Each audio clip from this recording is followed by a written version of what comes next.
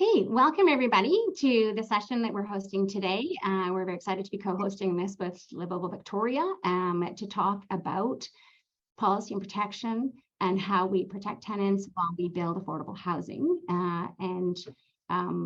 This is something that the Community Social Planning Council, I'm Diana Gibson, I'm the Executive Director of the Community Social Planning Council, and this is something that we've been working on extensively is equity in housing, and this is part of our ongoing series of talks on non-market housing, equity in housing, and tenant protections.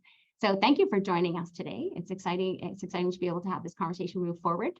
And I'd like to first, of course, start with an acknowledgement. We are on the territories of the Quangan-speaking peoples. Today is a particularly important day for reconciliation because it's the day that we commemorate the memory and truth of residential schools. And this morning a flag was raised at the BC legislature that's an Indigenous flag around commemorating the residential schools and the legacy and colonial legacy. So it's an important day for us to ensure we do our acknowledgement and that we bring a reconciliation approach to talking about tenant protection and equity. And when we talk about equity in housing, we need to recognize that Indigenous populations are overrepresented in housing, in homelessness and housing insecurity. So, so with that acknowledgement, I would also ask that folks please also put their acknowledgements and commemorations of the day into the chat as we go, and certainly any territories that you're coming to us from today. I'll give you a moment to do that.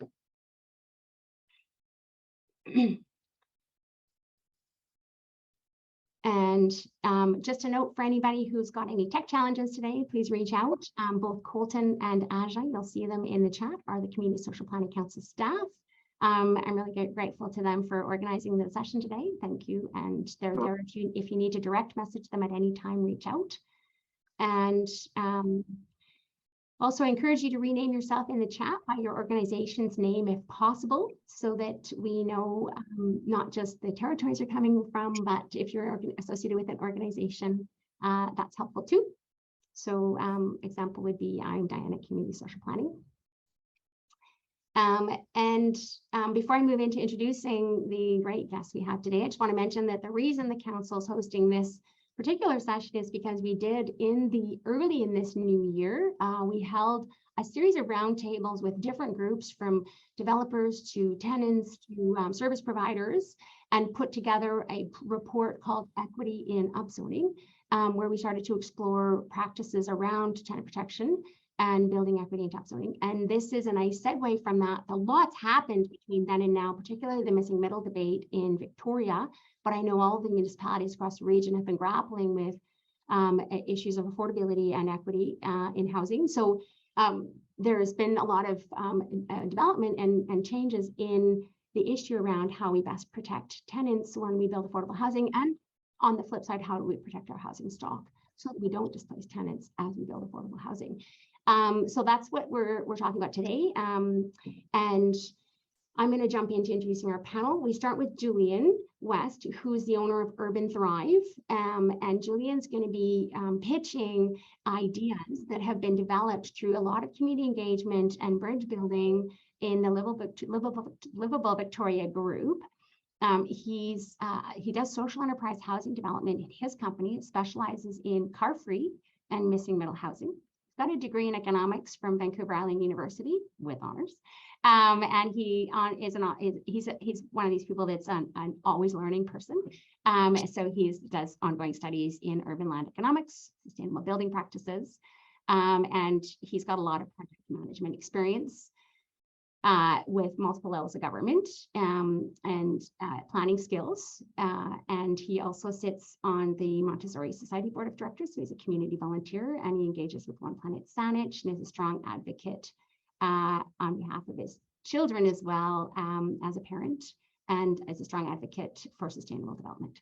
So Julian's going to do policy pitches, and then we have a panel that's going to respond to those, and we'll have 3 policy pitches, 3 different ideas that have been shopped that this group and the CSPC would like to bring to a broader group to discuss, of ways to bridge tenant protection in the local municipal context.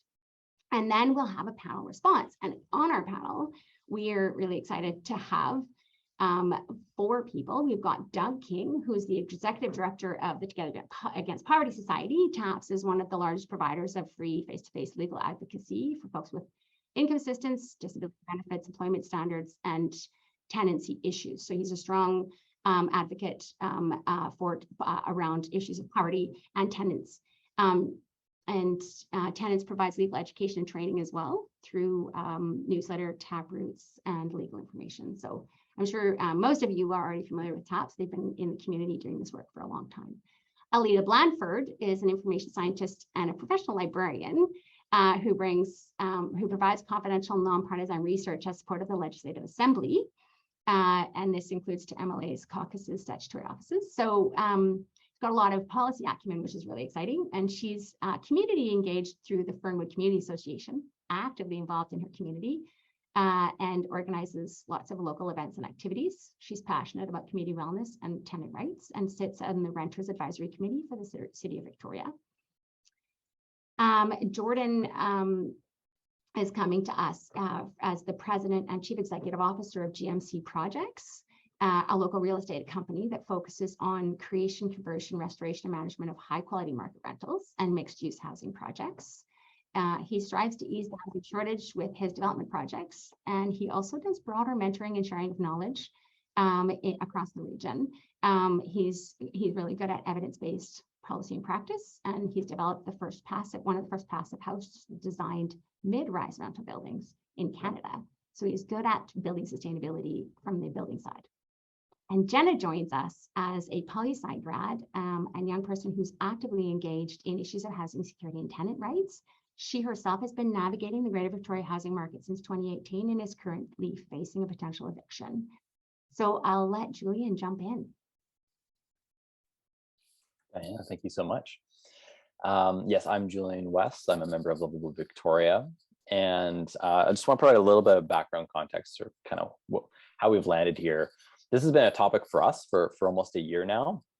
And we were part of roundtables with the Community Social Planning Council quite a few months ago. We've had many sort of policy debates within our group, and we've been reaching out and getting input outside of our group to kind of inform this conversation. And we've had some really amazing conversations on this topic of how do we ensure we get housing built, but at the same time that we're protecting tenants who could be displaced by new development, and how do we strike that balance? And we found as we were working through the recommendations of what are now our big 5 ideas, most of the recommendations actually kind of fit together really well. There's a really good synergy between them. But this was one topic that seemed like a zero-sum game. And there was sort of competition between sort of policy concepts and objectives. And like I said, we had really good conversations on this, and we don't have an answer to this, but we've heard some cool ideas that we want to sort of put out there. And what became really apparent was we need to think bigger and more creatively about this topic if we're going to untangle this knot. So the hope here is that we think bigger and more creatively on this. Again, I'm not the expert. There's a panel here that has much more expertise than I do. All I'm doing is reflecting sort of what we've heard in those conversations to have a conversation. So that's kind of how we landed here today. And I do want to share a story to kind of kick off the conversation. And I'm going to share it in full because it touches on like so many really important aspects of our housing crisis. And I think it paints a really colorful illustration of the struggle many people are experiencing with this. So I'm going to share my screen here. And there we go. Okay, so bear with me. I'm just gonna read it full because I think it actually helps really tell this story. So this is a story from Allison, and I'm sorry, I just corrected my screen here. 1 second. Perfect. Allison McDormand. Okay, so my family and I lived at 1044 Pendergast over a decade. We were part of the community, my husband and I both working locally. Our daughter went to school at Sir James Douglas. It was very much our home and we loved living there. We knew the house would one day be sold as a development package. And when Aragon purchased it in 2017, we accepted the situation, planning to stay until the bitter end. Housing had not yet become the issue that it is now, and we thought we would simply find another rental home. We knew getting back into the market after a decade would be significantly more difficult financially, but we'd make it work to stay in our community. Then COVID hit in 2020. When the next city council meeting was scheduled in the fall of 2020 and the development was once again being reviewed, Aragon assured us that the development would definitely be going through that year. We panicked. The market had exploded. There was no affordable rentals to be found. Aragon originally offered a third-party company to help find a comparable rental home for us, but at the beginning of COVID, we were informed they were no longer employed by Aragon as the market had frozen due to the pandemic. With no help and the threat of homelessness looming, we made the very difficult decision to move back to our home province in Nova Scotia, where we'd be able to afford to buy a home. We were driving through the country in our U-Haul in November of 2020 when we heard the news the development had been delayed indefinitely. A victory for the tenants still there, but extremely hard for us to hear. We never would have moved had we had known we had more time. Yes, Aragon was very compliant with us. They generously went along with the tenant assistance policy. The 4 months rent was extremely helpful during our move, but we would rather have stayed in our home. We would rather not have been forced to leave Victoria. I am fortunate to have kept my job in Victoria, working in property management.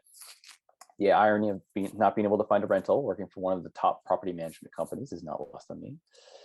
And my husband is a carpenter and his former boss is always begging him to move back.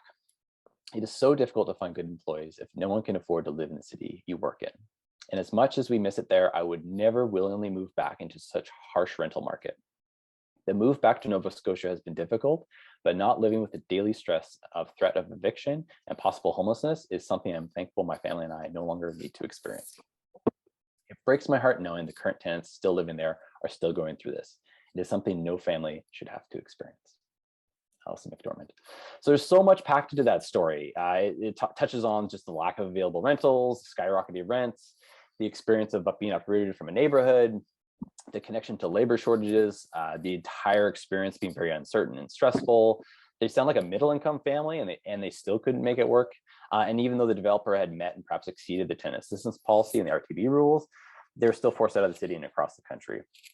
So we have like a really important problem we need to unpack here. And we need to think, like I said, a little bit bigger and more creatively to kind of come up with something, I think, sustainable. So that's a little bit of background context. And just a little bit more before I go into the first policy concept. And this was just some of the thinking that sort of perforated our conversations as we were looking at policy options through Livable Victoria. One is that many municipalities just don't have a tenant assistance program at all, and there's a big gap there, just relying on RTB rules. It seems like almost nobody's actually using the first right of refusal option to come back at 10 and now I guess 20% below market rates. And there's a huge issue of when you're displaced to that construction period and when occupancy begins again, that most people just can't bridge. The supports aren't enough for many households. So some people are being displaced into homelessness, some are being displaced out of the region or province altogether, like Alison and her family. The supports aren't need-based. They're kind of a one-size-fit-all and a little bit loosey-goosey outside of that. In the long term, building more housing is essential to solving the housing crisis, but in the short term, building more housing is part of the housing crisis. And that tension between short and long term is a really difficult one. And then the number of people being displaced doesn't appear to be huge. It seems like there's a data gap there, but the impact is significant, and this is a solvable problem. So that was really kind of framing our thinking as kind of what came up as we were exploring policy options. So with that, I can jump into our first concept. Is everyone on our panel ready to go here? I'm seeing smiling thumbs up. Okay. Let's do it. The first one is pretty straightforward. Build housing where the fewest people will be displaced. So here is a map of urban place designations for the city of Victoria. And one of the things that sort of jumps out when you look at this is the areas that are identified as being designated for higher development are where we have existing multifamily housing already, typically along arterial roads.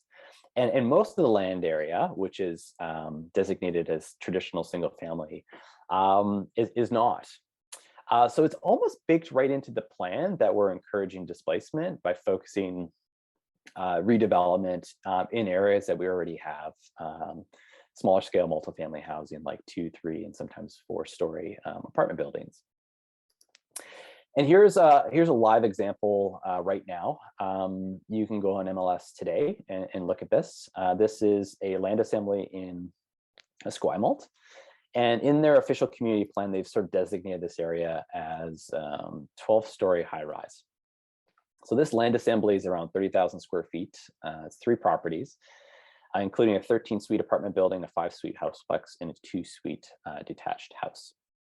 And I've looked at these properties. Certainly the houseplex and the detached house are underutilized space. I'm sure that apartment building has lots of issues with it. And maybe it is ready for redevelopment. I really don't know, but it is probably some of the cheapest rent in the city as well. So this is kind of the affordable housing that people often talk about protecting. Like this is it, and it's on the market right now, and it can be yours for a mere $10 million. That's what a land assembly like this goes for. The thing that jumps out to me is literally across the street is single family zoning. And to Esquimalt's credit, they have identified some area here for townhouses, but there's actually quite a bit of land literally across the street where we could put new rental housing. And this area is kind of already apartments, and it makes sense to have density there right next to a major employer, which is the military base. But this concept really is just about smooth it out, right? So don't focus redevelopment on existing multifamily areas, smooth it out a little bit. And maybe these numbers aren't right.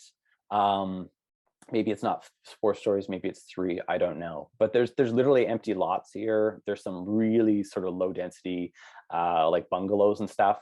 And you could take 1 or 2 of those and put a 3 or 4 story apartment and maybe displace nobody, right? And build on the sort of the existing stock that's there. And again, it makes sense to put density in areas like this, but there's much less intensity and focus on existing multifamily housing if it's more modest, instead of if you're up zone or zoning for 12 stories, it's going to get redeveloped for sure. And that's what we're seeing here today. So this concept's pretty straightforward. It's build housing where the fewest people will be displaced. So I'll kick it over to the panel for thoughts and feedback. Great. Does anybody in the panel want to jump in and go first? I might. Go for it. So thanks, Julian, for laying that concept out. I think it kind of highlights some of the interesting things, and this is where there's sort of a cross of policy, right? I think that example is an interesting one. It's an arterial road. On one side of the street, you've got a very low density form, and on the other, potentially very high density form. We want to try and create compact, walkable communities, and we want to try and provide housing close to services. So the interesting dichotomy is, how do you find that sweet spot between being able to densify in the areas that where we want to increase transit ridership, to increase walkability within our communities, to provide for the services that people want, while at the same time minimizing displacement. The one thing that I would say is that I think there's displacement in either example, regardless of how you look at it. There may be people in those single family homes that might be displaced. There may be a 2 or 3 suite conversion, whether that be legal or illegal. And so I think it's important to acknowledge that as a city that is effectively surrounded by waters and mountains and borders, we're an infill region for the most part, unless you go out into the West Shore. And so I think that the challenge is how do we find that balancing act between acknowledging that displacement will occur, it does occur, but how do we try and handle it as best we can to minimize the impact on those individuals, and as well to minimize the impact on the community?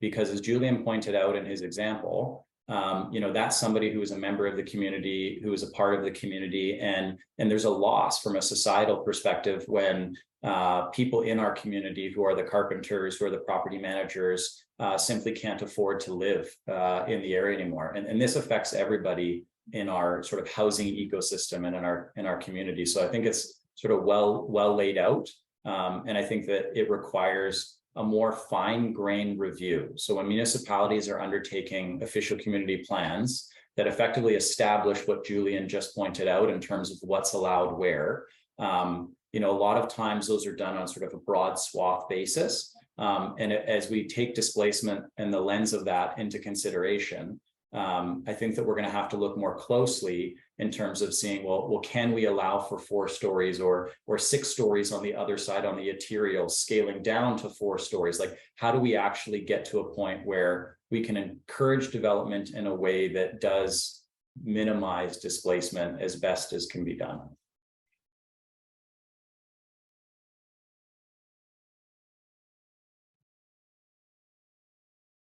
Oh, you're Yep. muted, Diana. Yeah.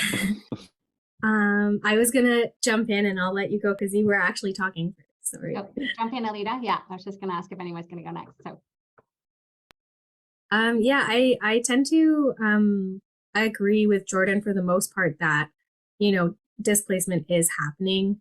The trouble is that when displacement happens, there's not really the protections in place that there needs to be, and there's nowhere to go. And so people are being displaced from more affordable rentals, literally into homelessness, or, into places where if they were able to afford their rent, on pension or on disability, that's not possible anymore. And where are they going to go? So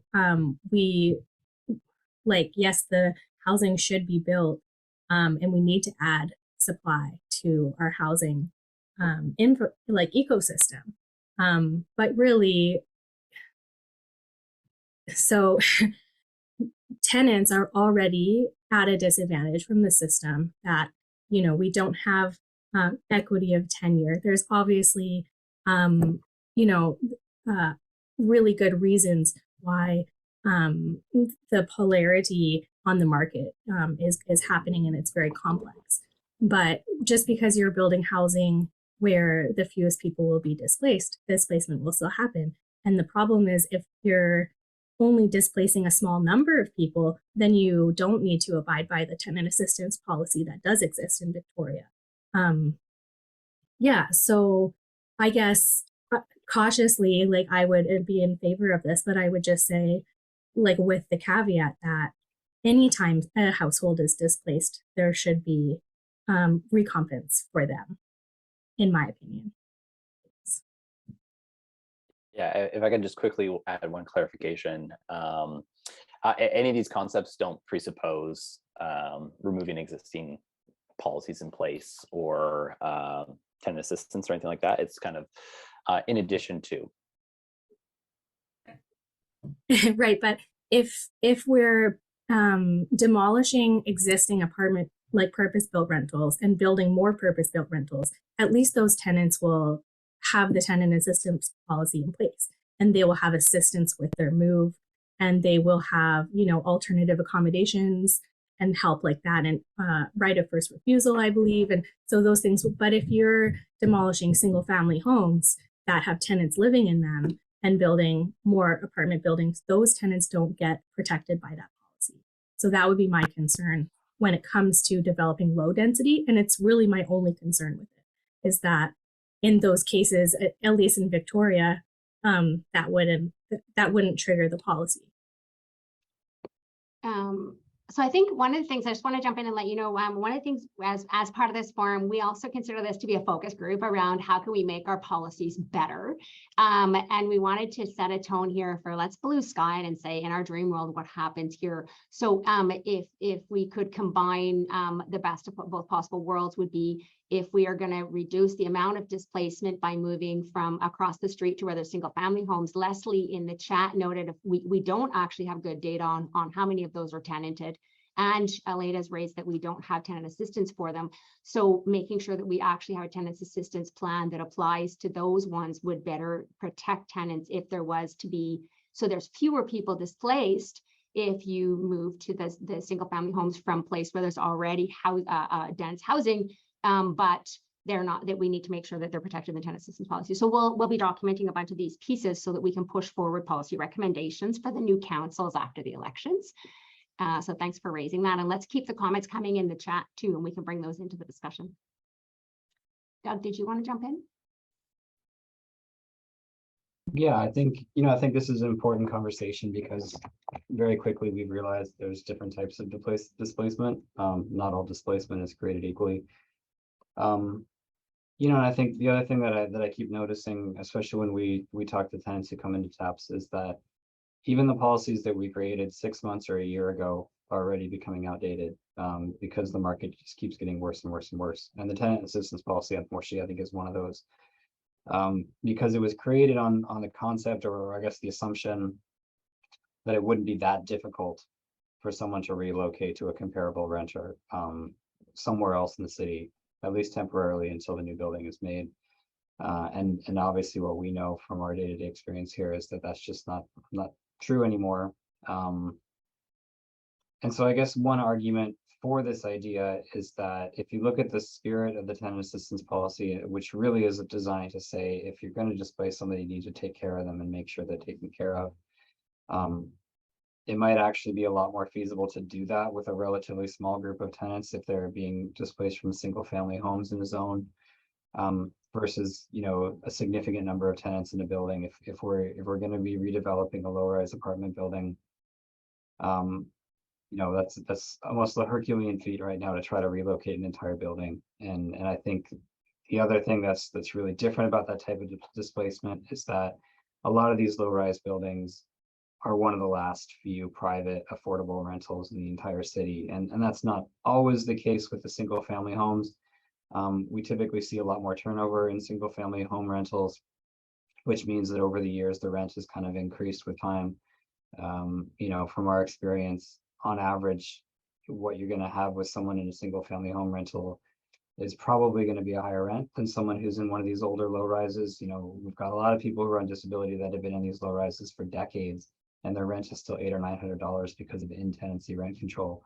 And those are the hardest people to accommodate in terms of if they're going to be displaced. So, the thing that I like about this is that if the goal, I guess, is that if displacement is inevitable, it seems more manageable, and it seems possible to make the tenant assistance policy a reality if you're dealing with a small group of people. Obviously, that means the tenant assistance policy needs to be changed so that it's not actually focused on low rises alone, and that applies to any kind of redevelopment. But a lot of these neighborhood plans, these redevelopment plans, to look at the arterials were created again 10, 15 years ago, or in a lot of cases 5 years ago. And a lot of the assumption about the displacement that was going to occur is it wouldn't be so bad. In today's market, anyone who's getting displaced is going to be really hard done by. So I think there definitely needs to be changes to how those plans have been made.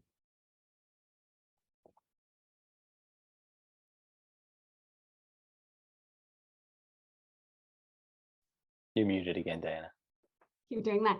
I know Jenna could speak maybe quickly to the experience of somebody facing displacement in this market. I'm sure everybody's aware of those realities, but I think it's always really important to have to remind everybody how impactful that experience, like the incredible challenge and stress right now in this market. Just because Doug raised that the market's changing so much, the reality changes, and our policies haven't been keeping pace. Did you want to jump in on that, Jenna? Definitely, yeah. It's not just about being displaced and facing higher rent costs. It's also about there's just isn't a lot available, and as myself, possibly facing eviction, possibly facing higher rents, while also dealing with the rising cost of living. It's definitely anxiety inducing and uncertainty, and it causes, like mental health stress, and it's affecting individuals pretty intensely. And I think I really like what Doug said, is that if anybody's being displaced, we need to be taking care of them, and like really, just recognizing the different types of people that are in our community and experiencing different kind of pressures on them as well, and kind of taking also an intersectional approach of disability and things like that also make the experience even more difficult. Say if you have to move and you have a disability and you've been living there for a very long time, maybe you don't have the supports, have to also recognize that you have to be taking care of all different types of people. So I think building that into the policy as well is really important. Thank you so much. I'm glad you raised that intersectional piece as well, because we do often forget the incredible importance of local community and support networks for people with any health issues, or even young, single parents, like that local community support network. So relocation to someplace far away isn't necessarily, can have a very, very big negative impact on individuals around social connectivity and support networks. Before we're going to jump into the next scenario, but before we do, I just wanted to make one other comment that came up in the chat, which is the best way to avoid displacement is to build where there isn't already housing, which would include things like on-ground parking lots and the possibility of throwing the parking lot underground and building a lot of density above it. It's a place often where you already have density around it and transit corridors and things like that. So options, and somebody else mentioned in terms of the city's ability to buy or look at seeking access to some of those spaces where we can build density where there's currently a hardscape that doesn't house people. So that's just another way that we can minimize displacement. And I'll let Julian jump into concept 2. Awesome. Did we want to spend a bit of time with audience? Oh, sorry. Public, Q&A we've been bringing first? public comments in from the chat. I don't know Yes. if there's any specific questions folks want to add before we jump in, or comments.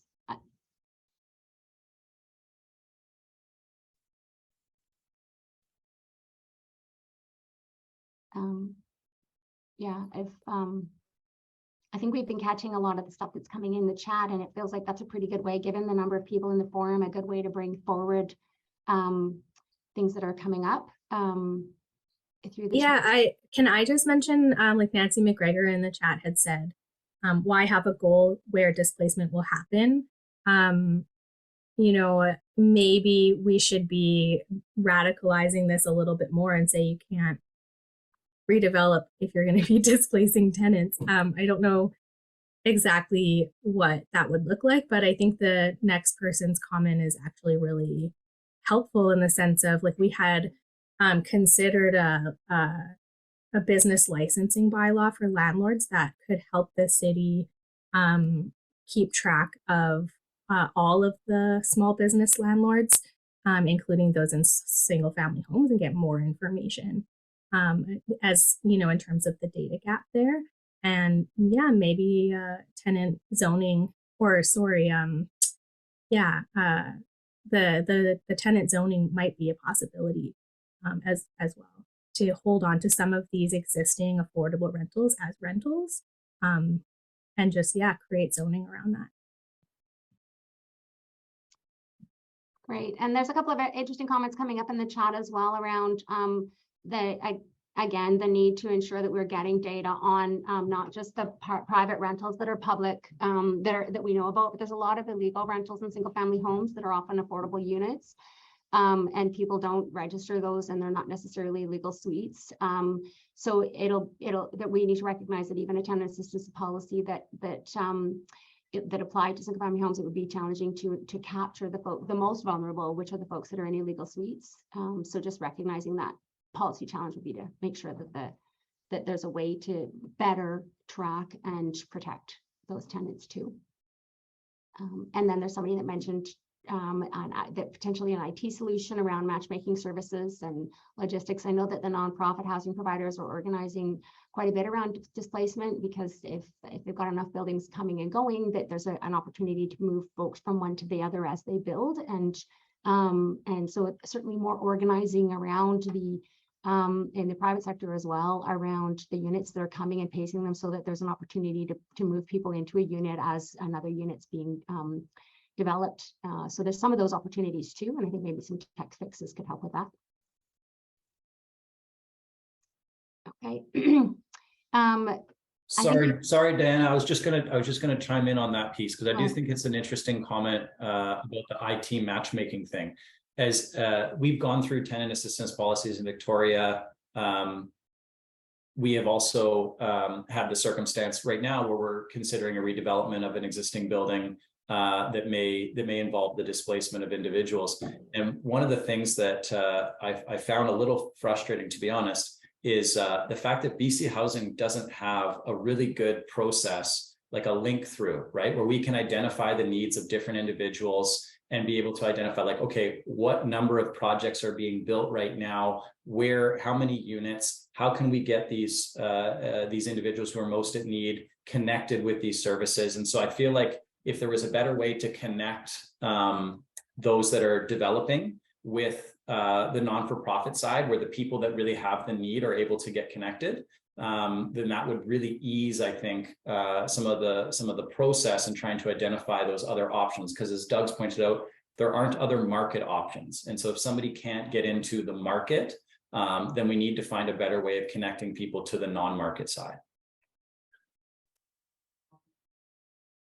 That's Great. foreshadowing for our concept number 3. Yeah, well, let's jump in. Well, Let's jump into the easy. next one, because we're yeah, we're I think that these conversations will overlap, and we can continue discussing these issues in the next sort of scenario as well. Totally. Okay. So that's concept 1. Concept 2 is to use newly realized property taxes to supplement rents for existing tenants.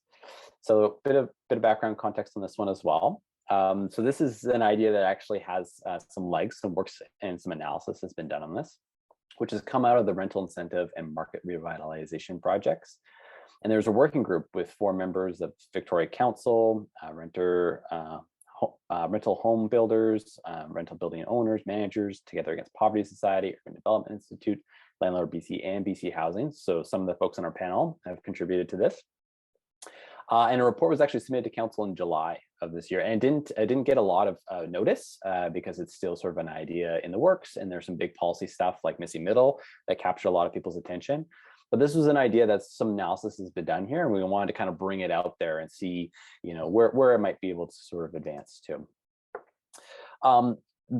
This idea started with the question, what would it take? How big would a building need to be to take something like this, like a 4-story rental, and provide every tenant who's displaced with first right of refusal to come back at existing rents? Like, how big would the building be to make that economically viable?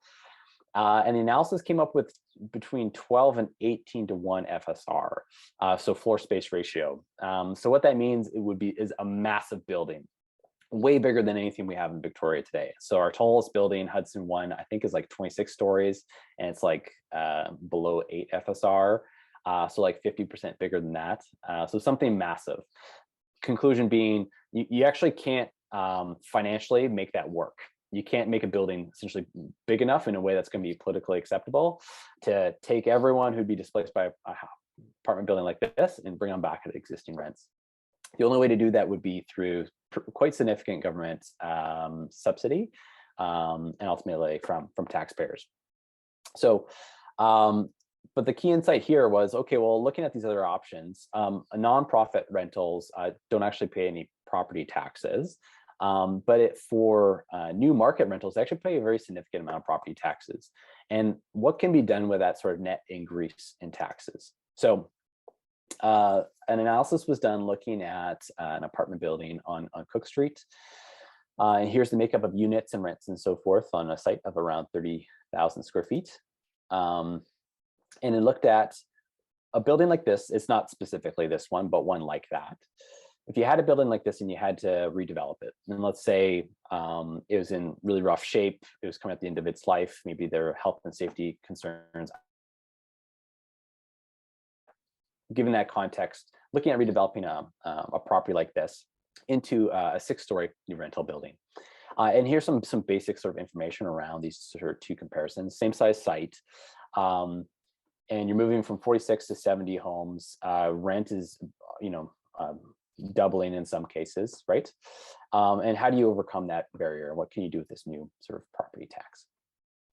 So the additional property tax that the municipality would get through a redevelopment like this is about $125,000 a year. So that's net new above what it would have had from that 4-story building. So the premise of this concept is like, what can we do with that? Well, at $800 a month supplement, so bringing about 13 of these households back at their existing rents, 28% of those units, you can kind of keep them whole. Same rent, but basically providing them a monthly supplement to the rent. And in addition to that, you're adding 24 net new homes So that's helping with the availability of rentals, that's increasing our vacancy rate, all those kind of things, that sort of overall market health. It's a program that you could add that doesn't impact the viability and financing of this new building. So a lot of concepts that get thrown around very much undermine the viability and what banks are willing to lend and that kind of stuff. It doesn't interfere with that. People will be moving into better, healthier living conditions, sometimes much better, healthier living conditions. And there's no real net new cost in the municipality. That this is just taking that sort of that net new gain in taxes and converting that into benefit for these tenants. In the report that was submitted, there were some outstanding questions that they identified that would need to sort of be worked on here. And here's a few of them. Just how is it being distributed? Should it be 28% of the tenants at existing rents? Should it be everyone at a less than full supplement? Should it be needs-based? There's a lot of different ways to slice that. Who administers this program, and how do you qualify the tenants? How long would this subsidy last? There's a few options there. And then what happens to people in between when that displacement happens and when the new building is complete? So there's a whole construction period, which could be at least a year, could be 2, 3, what have you. So lots of pieces that need to be sorted out here. Again, I'm not the expert on this. Some analysis was done, and I know some folks on the panel sort of weighed in a bit on this. But here's a concept that's been floated. How do we feel about using newly realized property taxes to supplement rents for existing tenants? Okay, well, since Doug was part of this, do you want to jump in on kind of any comments or additions? Yeah, it was an interesting process, I think, to be part of this group and to talk about this concept and to kind of flesh it out. And I think, again, like sadly, from the beginning of when this group first started to meet towards the end, a lot of the idea, the sheen was taken off because of the change in market already. And the impact of interest rate changes is also going to make a difference. And Jordan can give more detail on that, but it was a kind of an exercise, I guess, in looking at not just how redevelopment occurs, but the relationship between the private market and how to preserve somebody's place in the private market. And that was kind of the perspective that we looked at it from TAPS. It was mentioned previously that kind of the difference between the market and the non-market. A lot of our policies lately have focused on this idea that if something that's currently on the market is going to be redeveloped, we need to find a home for people in the non-market housing, subsidized housing. Every subsidized housing provider that we interact with right now will tell you that demand is already too high as it is. So, whereas we've got issues with our market as a whole, we have a really, really serious issue with our subsidized housing market. And it's partly because there are more and more people who are leaving the market, the private market, who had lower rent and are now trying to find a place with the way it currently is, and they just don't have an option if it's not subsidized. So, and that's had a trickle down effect, with the amount of kind of demand on the subsidized housing units. We're starting to see more and more people not get into subsidized, more and more people offered places in supportive housing when they really should be in subsidized. And that, of course, is leaving less subsidized and supportive housing units entirely, and more people who are kind of pushed out at the back end of it. So I think it's important to recognize that while those two things are distinct, they are not separate. What happens to the market has a huge impact on non-market housing and subsidized housing providers. So one of the interesting parts about this really is looking at the goal of, if a redevelopment is going to happen, how do you take someone who's currently in the private market, who otherwise would be completely dependent on getting into subsidized housing? How do you preserve their place in that private market so that they can stay? Obviously, the biggest hurdle that I don't know if we still really have an answer for is the development period itself. And how do you take care of somebody if they have to leave their suite and then maybe 2 or 3 years later return to the newer building? That's probably the hardest part from my perspective of how to make something like this work. But the core belief or concept here is let's keep people who are in the private market if we can, with rental subsidies. And if that's foregoing city tax revenue in order to make that possible, that's positive, because it's one less person that has to rely on the subsidized market, which is already incredibly overtaxed. Hey, does anybody else want to jump in now on scenario number 2 from the panel? And then I'll jump. There's lots of great activity in the comments, so we can jump to that.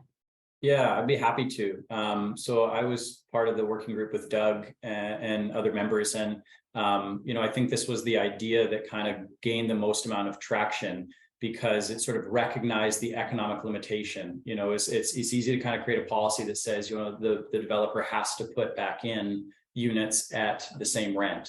The City of Victoria's tenant assistance policy doesn't even do that because the economic analysis that they did, it can't be supported.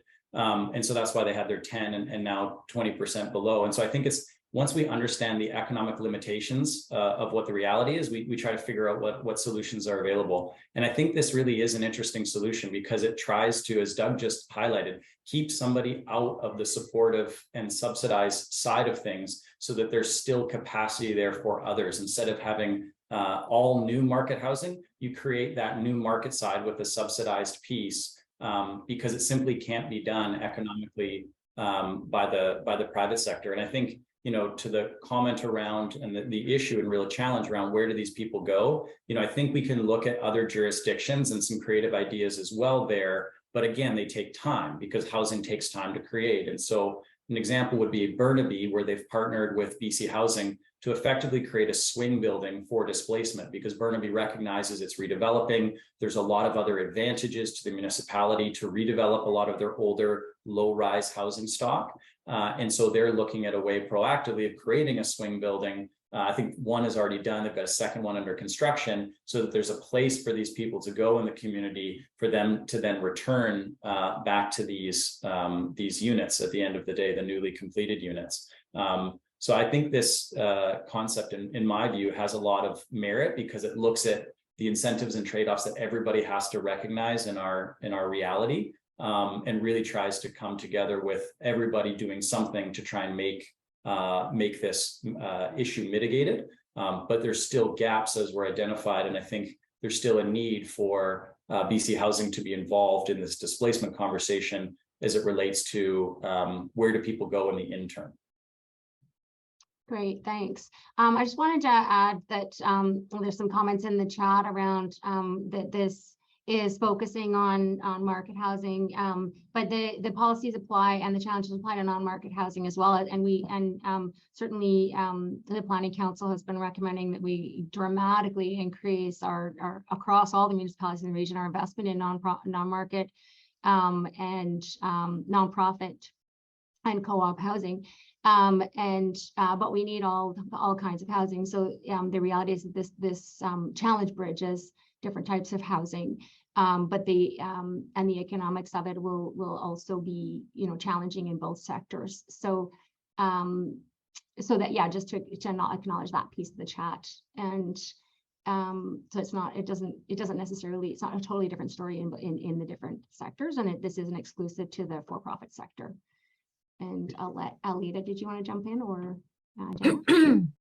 I'm sorry. I just kind of have like a math question because the original building was the 4-story building and moved to a 6-story building. Is this newly realized property taxes just due to the windfall for the higher density, like the higher assessed value? Or in this example, is the 4-story building a not-for-profit and paid no property taxes previously?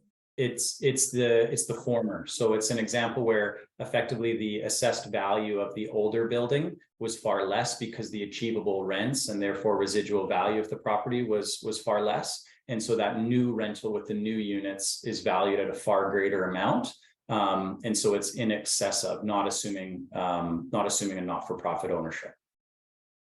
Okay, cool. And then I guess I'll just highlight Yelena in the chat, who had the question about the increase in property taxes might go to things like sewer and water and other city services that would be increased with more people on the same footprint. So one thing has that been taken into consideration? So I was part of that analysis, and so the one thing I can say is that every municipality's infrastructure is going to be different. So there may be circumstances where you have older infrastructure, and oftentimes what ends up happening is developers end up upgrading the infrastructure that is triggered by their development. So we couldn't take into consideration sort of what those upgrades might be, because the anticipation is that in the event that they're triggered by the development, that the developer may have to undertake those costs as well. In the vast majority of our municipalities, charge development cost charges. So each municipality would effectively have to look at this to determine, based on the age of their infrastructure and their long-term capital planning, could they apply 100% of that lift to this? Could they apply 20%, 30%, 50%? But the example that we gave was really one of assuming that the developer is paying for any of the infrastructure costs that they would have to, that it's a sort of a City of Victoria Cook Street property, that you'd have DCCs applicable in this for that. And again, it's about trying to use the area of land more efficiently. So instead of having more pipe run out in the West Shore, we're replacing existing infrastructure within the City of Victoria. We're trying to use our land area more efficiently. Thank you, Jordan. Thanks, Jordan. I just wanted to nod to another comment that was in the chat, that in terms of the property taxes, Trevor Vasanich suggested that there be a reduction in that over time. And so the idea is that that's not a permanent property tax reduction, but it's tied to a time frame. And that could even be linked to for each property, the reality of the economics might be slightly different. So it could be linked to the economics of the property, or some kind of phasing out of that tax reduction.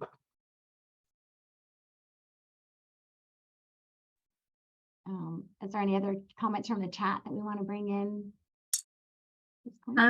Yeah, I guess for myself, I would just like to say it's not a very sophisticated opinion, I don't think, but like I'm typically against the idea of using public money to directly subsidize people, like landlords, for example, because of the existing disparity that's already happening. We already have tenants at a disadvantage, and now we're using sort of money that's public money to subsidize their rent to pay the private market landlord.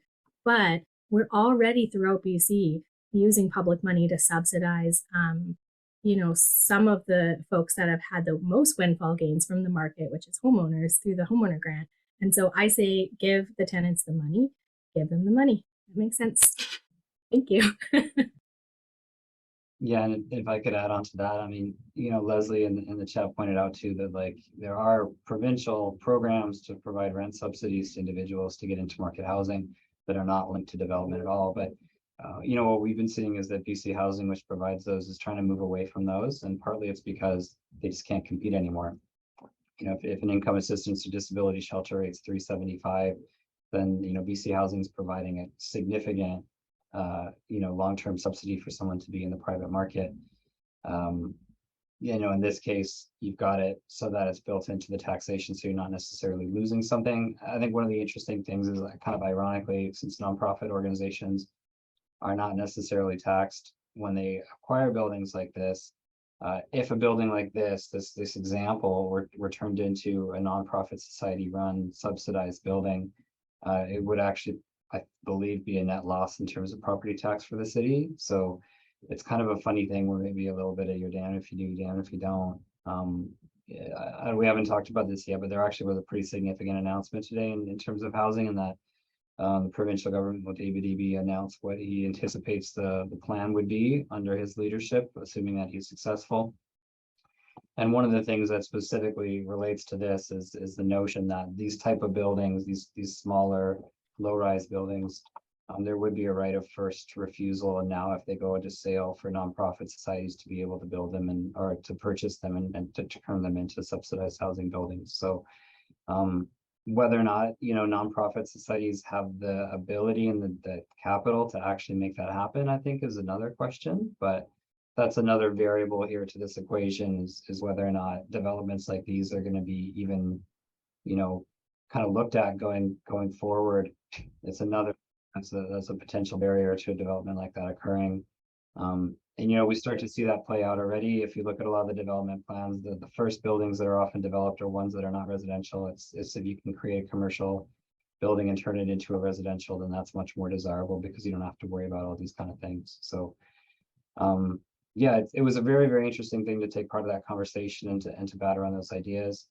I'm not sure whether or not it's already kind of antiquated given the changes that are probably coming down the pipe, but I think, again, I have to reiterate from our experience, as much as it seems like a really desirable thing, I'm not convinced that having every low-income person in our province accessing subsidized housing through a nonprofit housing provider is our way out of the housing crisis. I don't see that as the future that we want. So every single thing that we talk about today obviously has to be part of that bigger question of how do we actually make the market affordable? So that includes not just wealthy people, but low-income people as well. So I just want to add on to that because Doug made a really good point there with respect to the cost. So it's our understanding from the working group that it actually would be a net loss to the municipality if that building was bought by a not-for-profit, because the property taxes that were previously paid are no longer going to be payable. And at the same time, you're not increasing the housing stock, so not helping to address our supply challenge, while also having older buildings that are less efficient in terms of energy performance, livability, and how we're planning that we're going to need to adapt buildings for climate change. So what's interesting is there's sort of a series of benefits. And again, it comes down to sort of the incentives and trade-offs of either pathway. I don't think that we should exclude the idea of not-for-profits acquiring these buildings, but I don't think there's sort of like a one-size-fits-all solution where it's an either or. I think it's sort of looking at them as multiple tools within a toolbox.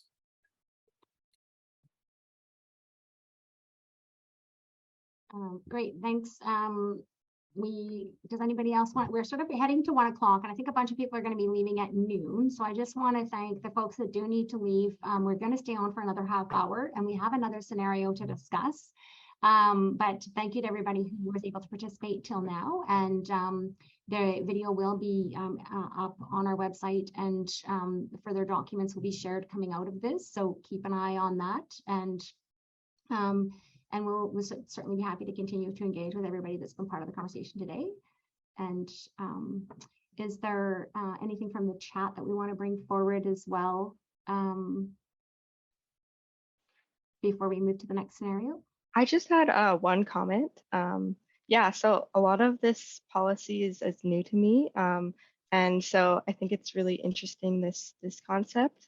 It does seem like there's a lot of moving parts and variables that we really have to consider. And for me, the thing that I'm coming up for me is just how this impacts affordability, and if this kind of doesn't really address how expensive rent is, and if it's just going to kind of continue to create rents going up, creating these developments. Yeah, so it just doesn't really address that part for me, and that's something that I'm definitely, worried and concerned about.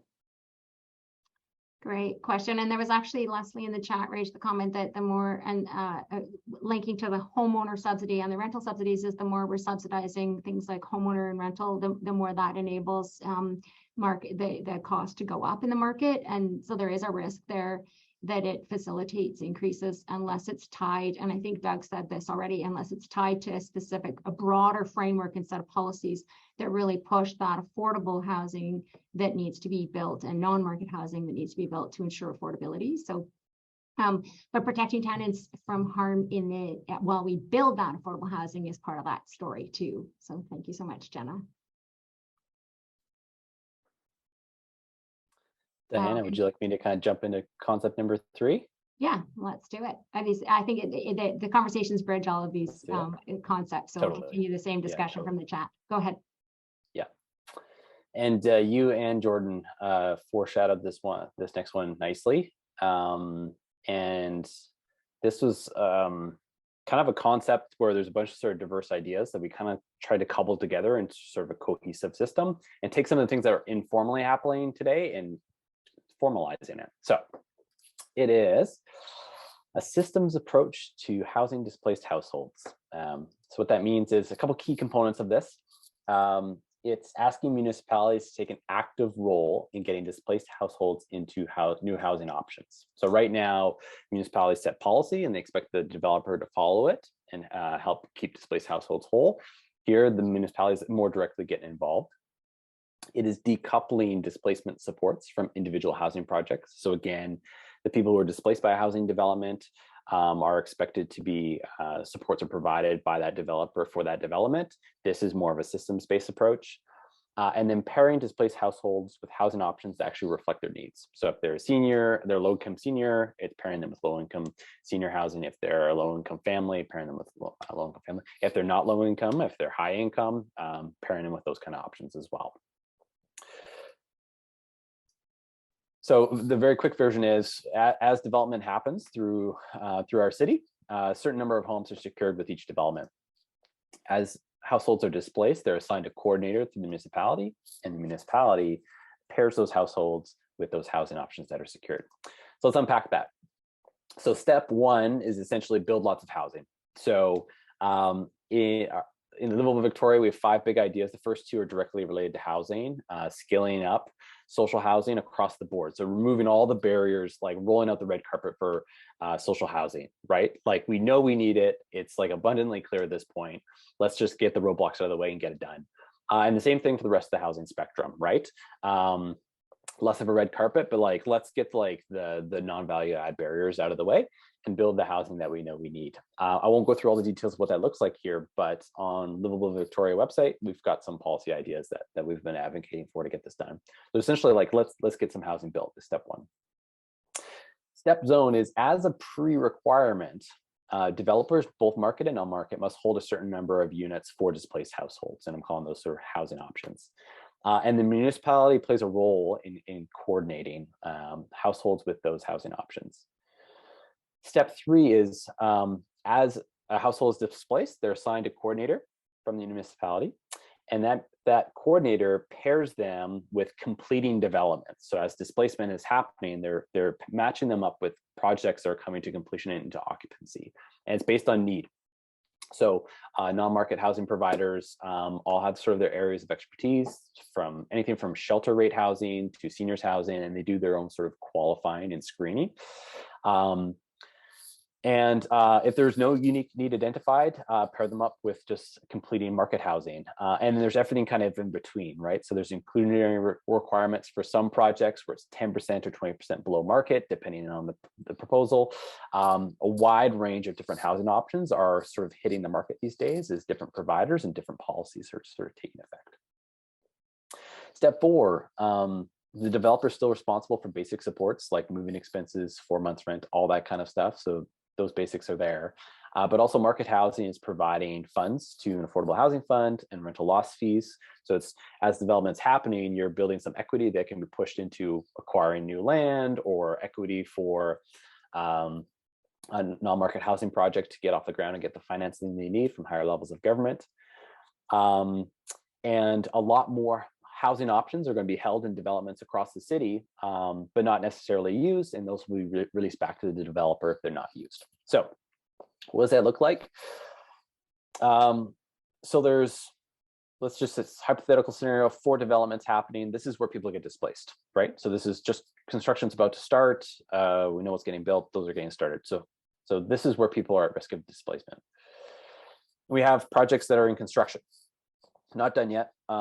People can't move into them, but in the future, there are going to be places where people can live, but they're not there yet. So they're in the pipeline, but not there. But then we've got projects that are coming to completion. They're reaching occupancy. And as part of this system, each one of those is going to reserve a certain percentage of units. So, and they're all going to be different. So this one could be seniors housing, social housing provider. This one could be market housing with some units secured at 10 or 20% below market. This could have some low-income family units, everything in between. And the municipality, similar to how they have lots of agreements with developers, they secure certain amenities and stuff as part of development. This holding these units as sort of in reserve is one of the things that they ask for as part of the development process. So as people are displaced, as it happens, they are coordinators helping them. They have a roster of what's getting built, right? Where occupancy is happening, and the municipality is helping coordinate people who are displaced into those options. So it's not trying to just look at the individual development; it's looking at it as a system as a whole. And as Diana mentioned, non-market housing providers are doing that with each other informally today. Some big developers are doing it themselves as well. They have multiple projects on the go, and they're trying to sort of play that dominoes. And move people between their projects. This is just formalizing that kind of stuff that's happening today, and to capture everyone who might be displaced through new development. Some key advantages of this one is it matches people with housing need. So low-income seniors with low-income senior housing, family with family housing, and so forth. It addresses that lag between displacement and occupancy, and there's minimal expense to the municipality. So it's not subsidies. They're going to have a coordinator role, but it's largely just some staff expenses, and based on the additional sort of revenue from properties, taxes, and so forth from this kind of development, it would more than pay for itself. And that's the concept: a systems approach to housing displaced households.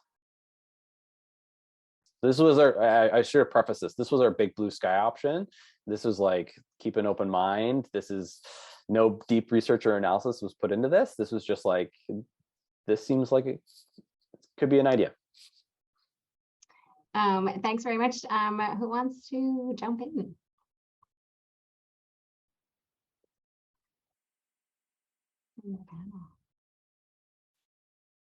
I can be the kind of, I don't know, negative Nelly, but I think one of the fundamental problems we have right now is the system itself. A systems approach sounds good, but if the system, the reason why we have to look at this is because the system doesn't have enough places for people to go to. So I guess one of my fundamental questions is when we look at these type of solutions in the development process, how are we prepared to say, if this doesn't work, if there aren't actually places for someone to go to, what happens then? If the system doesn't work, if you've got a building that's going to be displaced, but there aren't actually places to put them, you know, is it at that point you throw your hands up and you say, well, we tried, but displacement still happens? Or do you actually stop development from happening?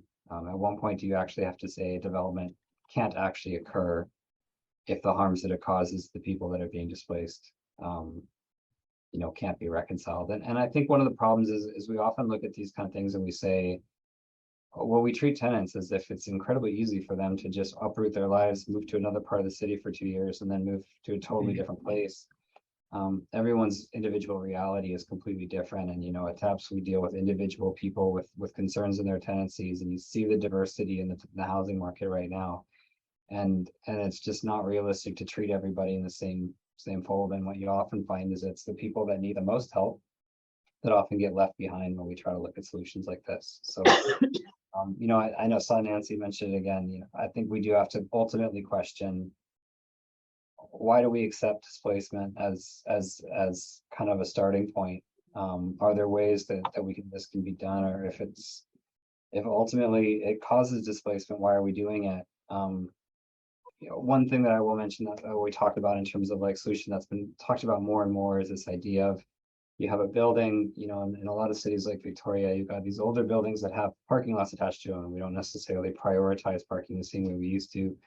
And this concept, well, you build a separate new building first, that's basically right next door in the parking infrastructure, so that if people are going to be displaced, they're going to be displaced next to where they live into an entirely new unit. There's opportunities for partnerships too there, where if the low income tenants are the ones being displaced, that they're being displaced into a system where their rent is going to be controlled.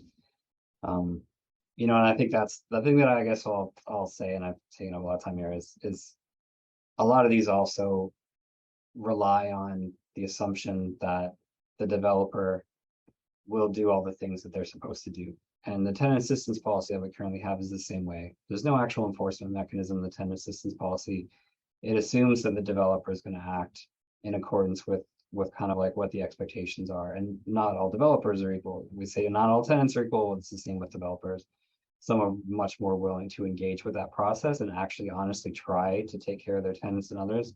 And if we don't have solutions that actually account for the fact that some people don't play by the rules, we have a huge problem. And when I look at it and I say, if we're going to spend any money, like for example, on a public position, a government official who's responsible, the first place we should be doing is trying to stop displacement when people are being illegally displaced already, from 2-month landlord evictions, from false rent evictions. There are gaps in the system that already exist, and people desperately need help so that they're not illegally displaced. before we even talk about whether or not we put government funding into kind of a legal type of displacement. So I'll chime in. So I think it's important for people to even understand the applicability of the tenant assistance policy in the city of Victoria. It applies for rezonings.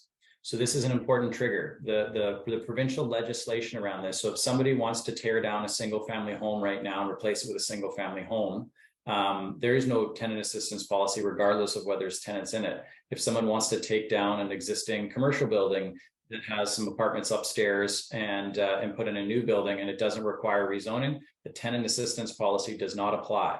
So I think it's important to keep in mind that some of this is provincial, right, in terms of how the legislation works. Municipalities can only use the tools that are provided to them by the province. And so that's a big thing for people to understand. The other thing I would say is that, again, when we're in an urban infill type of community, I think suggesting that we only develop in a way that doesn't involve the displacement of anybody is kind of like saying we should ignore gravity. It's just, we will not solve the housing supply side if we simply choose to only focus on areas that don't provide housing. And then there's the other flip side of that, which is the cannibalization of our commercial lands. I think parking lots are a great example. Like let's see every single surface parking lot redeveloped.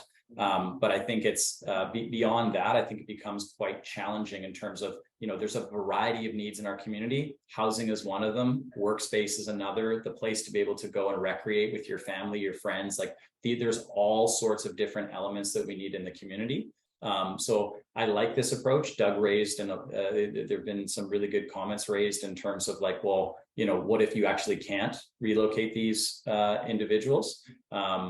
But I think it's important to understand how this currently applies, like a tenants assistance policy, how it applies. It doesn't apply to a development permit. It only applies to a rezoning. And I think it's potentially short-sighted of us to think that we can only develop in a way that won't displace somebody now, because I think, as one of the comments said in the chat, are we not displacing somebody else, right? Everything operates on incentives and trade-offs.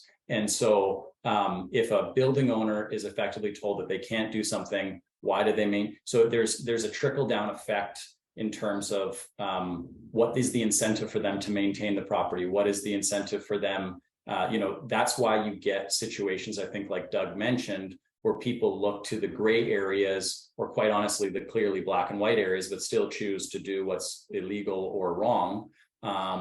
And people may not know their rights enough, and they get sort of, unfortunately, taken advantage of in that circumstance. So I think it's we have to look at it holistically to understand, we have to have a certain amount of new supply. I think the statistics on that are quite staggering in terms of the new supply that our region requires. So I think this systems-based approach is an interesting one, but there's still lingering questions in terms of well, what really happens if there just is no place for those people to go? And I don't know that we really have an answer for that. Diana, can I quickly just chime in here really quick? Sure. Yeah, just to frame the parameters of how we had this conversation. The goal was, how do we get new housing built and provide protection and support for existing tenants? So, this was brought up many times in this conversation. Just the availability of housing is a massive problem. And we don't get over that without building housing. So that was one of the basic premises we started with. We need to build housing. It's how do we do that in a way that's really compassionate and look at and how we can start to kind of address both those goals at the same time. So that was the basic baseline from which we started from having these conversations and proposing different policy solutions. So just to kind of put that out there, we didn't really, to Jordan's point, we didn't see anything that was compelling that building new housing is not part of the solution. So we started that as a baseline for this conversation. Somebody has raised a couple of times in the chat, Nancy McGregor and a few others, around green space, and it's a comment, as we densify, we have relatively limited green space in the city of Victoria, and as we densify, there will be a need for more outdoor and green spaces, and parking lots. Some of them have been viewed as places that the city could repurpose for green spaces and parks and recreation spaces. So that is something to consider, that the parking lots with their current use look like a really good place to put density, but there is a sort of a future cost analysis to be done around that as green space, or what are the alternative places for green spaces. Certainly there's a lot of parking lots down along the waterfront that could be repurposed for green waterfront access and things like that too. So I think, you know, if you have a whole region approach, there's probably place for both, but certainly keeping that in mind. And does anybody else want to jump in on? Yeah, I'll jump in and just say, yeah, I completely, I mean, it's no surprise I agree, because it was a consensus-based program with Livable Victoria, but I agree with Julian that obviously housing is needed, housing supply is needed, and that is, it has to be a given. If there's nowhere to go and there's a lack of availability of rental housing, that's a problem we're trying to address. And on the other hand, like, we know there's all of this good evidence that will directly correlate to federal funding for the development of market rental housing, as well as public housing that dried up in about the 80s. And so we need to, we're already at such a deficit that, you know, the supply is needed. And so although we need all of these new purpose-built rentals, you know, I don't think relying on the free market in this case is going to be enough. We need the support of all levels of government. And I want them, the decision makers, to have a plan to house every person in our communities, and they can be identified by their housing need and their income.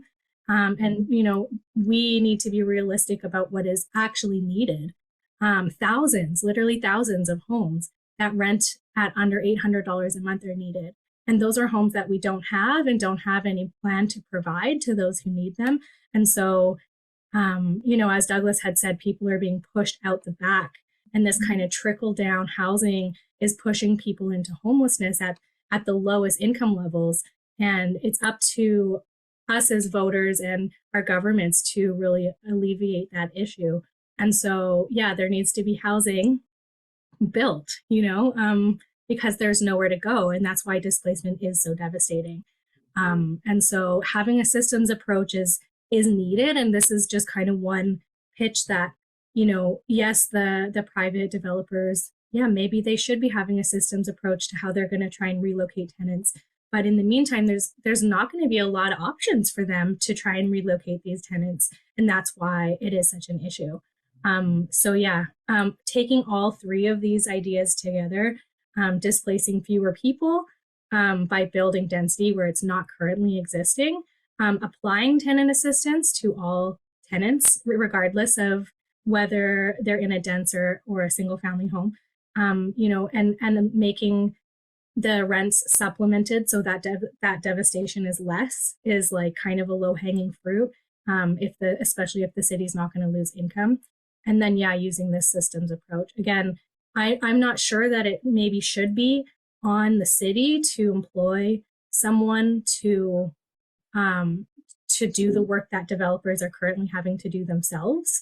I'm just saying it's better to have a system view in mind. And for someone to be able to see all the moving parts is really important. And maybe that's more regional than city. I know that Toronto has, and we'll be doing a webinar this fall around the Toronto has an ombudsperson and an office for equity and housing that deals with all displacements and evictions. So I think that, you know, there's a possibility that there's more of a city and regional approach to that, and we'll be spotlighting some examples of that from other jurisdictions this fall. Anybody else want to jump in from the panel? Yeah, I just have one thing to say. I think this is, a really interesting approach. And I think the biggest thing that I think is important in this is the support. And I think that there is a space for public officials to be supporting individuals in finding housing. The housing market is intense, it's scary, it's hard to navigate, and having some sort of middleman who is a little bit more neutral in helping people find that housing, I think could be helpful. It could also be a way of maybe holding landlords and people more accountable as well. So yeah, I think for me as a tenant, it would be really nice to have a little bit more support in trying to find housing when I may get evicted or displaced. Thanks so much. I think that's really important, is to acknowledge that power dynamic and the challenge of having tenants and landlords engage in this, which is an incredibly stressful process in the housing market. Anybody else from the panel or the chat? Looking at the comments, there's somebody mentioning that Hong Kong, there are some regions that have had a longer history of experience in it with a tight housing market, which the region of Victoria has really just been grappling with for sort of 10 years generally and 5 years intensely. And we could certainly be looking to some other places that might have a longer experience of this. I don't know if the panel looked at some of those examples, like Hong Kong or New York or places like that.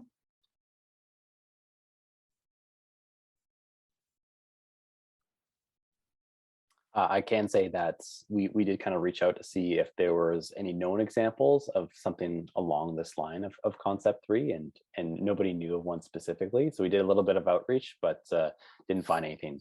And part of the hope for this session and starting conversations like this is to kind of take some ideas that we can run with and do some further analysis. Great. Lots of opportunities for this conversation to evolve. Something that's come up a couple of times in the chat as well that we haven't talked about is sort of, right now we're talking about kind of small scale local development and developers, but the real estate trusts and the investor owned, the sort of external out of province, probably out of country, investor owned approach to consolidating ownership and investment in real estate as a challenge and a driver. I don't think that's something that this conversation has really engaged around, but it is something, it sounds like David Eby's policy platform, and might be a provincial approach to protecting existing stock from being bought up by the real estate trusts. I don't know if anybody wanted to comment on that. It's come up a few times in the chat. So the one thing I would say, so like we're a local Victoria real estate developer. We're in the process of finishing a 31 unit rental building right now. The largest project we've ever done was a 97 unit building. And like, just in terms of the, so what I mean by that is like the scale of development that we can undertake is limited in size comparative to those guys. So when you look at, for example, I'll use Starlight. I know they've been mentioned in the commentary, their redevelopment of the London Drugs lands. It's a double-edged sword, because they're the only ones, those institutions are the only ones that can create really substantial, meaningful supply of housing in one fell swoop, where they can literally create over 1,000 doors in a given development, because they actually have the economic tools at their disposal and the horsepower to be able to do that. And so I think that if the province steps in and tries to create an opportunity for not-for-profits to be able to buy these existing buildings prior to the real estate investment trust doing it, that will create an opportunity for not-for-profits. But I don't think we want to disregard the investment of those larger institutional entities, especially when it comes to creating supply, because they're the ones that can actually create large vats of meaningful supply to actually make the dent in our market. I mean, I've heard Jenna talk about the affordability. How are some of these policies addressing affordability? Really, we need supply to create a more balanced market. I'm not suggesting that if all of a sudden we had 5,000 units that were available in the market, that we'd see a dramatic decrease in rents, but I think you would limit the amount of increase and look at some softening of existing market rents, right? And I think that's where we need to get, is to a healthy balance, a healthy ecosystem. The other thing I'll say on the real estate investment trust that I think gets lost on a lot of people is, where do we think that the pension monies for municipal government employees and others, where are they invested into? A lot of these are invested into these real estate investment trusts. So again, it's a bit of a double-edged sword to not want them, but at the same time be seeking the financial stability they provide in terms of our long-term retirement planning and financial planning. So, you know, I think in many instances, again, it's about trade-offs. And I think if the province is proceeding as they are, hopefully that helps to address the proliferation of basically all available apartment buildings being acquired by them. So we're going to need to do a wrap up pretty quickly here. I just want to add that certainly getting somebody already commented that investor owned housing isn't going to build affordable housing. The dollars just don't actually add up, and we do need to and so we do when Jordan talks about balance, we do need to talk about the nonprofit, co-op, and publicly owned and stock in our, and the balance needs to be significantly increasing the shift.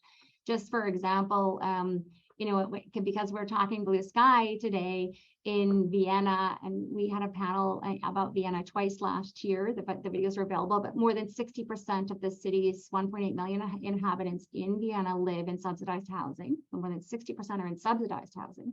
And nearly half of their housing market is co-ops or city-owned apartments. So in terms of blue skying, I think we need to recognize that all housing right now, we have a massive challenge of our housing, but we do need to restore that balance in our housing supply, and that'll be part of the broader conversation. So just making sure that that's on the radar. Anybody want to add actually it's 1:28, so I think we're just going to have to wrap up with a thank you to everyone. I want to thank our panel members for being bold and putting out actual policy conversation, because it's so much easier for us to talk about a specific policy and these other ideas are generated around it than to just kind of open the door to the policy question generally. So having these specific approaches on the table to discuss has been super helpful for bringing forward all of these issues that are there around building more affordable housing and displacement. So I really thank you at Livable Victoria for taking the time to do the engagement around these concepts, and for being able to bring forward these specific and well thought through concepts so that we could have this informed discussion. I really appreciate it. All of the participants that joined us today, thank you for engaging. It's been a great discussion in the chat. So we really appreciate you bringing your thoughts and questions. We look forward to engaging a lot more around these issues with folks through the fall. Again, thank you to our panel members, all of you, for being able to step into this very challenging space for a discussion that it's so important for us to have. And thanks everybody for being so respectful in the chat and around the ideas. As long as we continue to engage across tenant, builder, city staff, all of the different folks together to blue sky and talk about solutions that bridge all of these, I think we've got a lot of opportunity for growth together. So thank you very much for participating today. And the video will be edited and up on our website. And I know Livable Victoria is going to be continuing to engage around these policies. Did you want to say anything to close, Julian? Yeah, just really briefly, Diana, thank you so much for this. Really, this is about sort of constructive dialogue, and that was the goal for today, is get some ideas out in the spotlight and start talking about them, and start talking about solutions. A couple quick things I do want to highlight. We have another session tonight, 7 p.m. at Oakland's Community Center. So if anyone's free, everyone's welcome. There'll be snacks, there'll be good conversation. It's a big picture conversation. Love to have you there. And we have another one next week on community safety and policing as well. We've got national, regional, and local experts on the topic. So you can pick their brains on that. And I encourage you to stay in touch. And I also encourage you, we got election coming up. I encourage you to chip in and help any candidates that inspire you. They need all the help they can get. Help putting signs out, donations, every little bit helps. And these are the folks that are going to be making decisions on this stuff. So I really encourage everyone to be involved. Definitely vote. And if you can, chip out with a candidate that inspires you. Thank you. And I know a number of the candidates are in the chat today and joined the session. So thank you for joining and taking the time to engage on this issue. And thanks, everyone. Have a great rest of day. Thanks, everyone.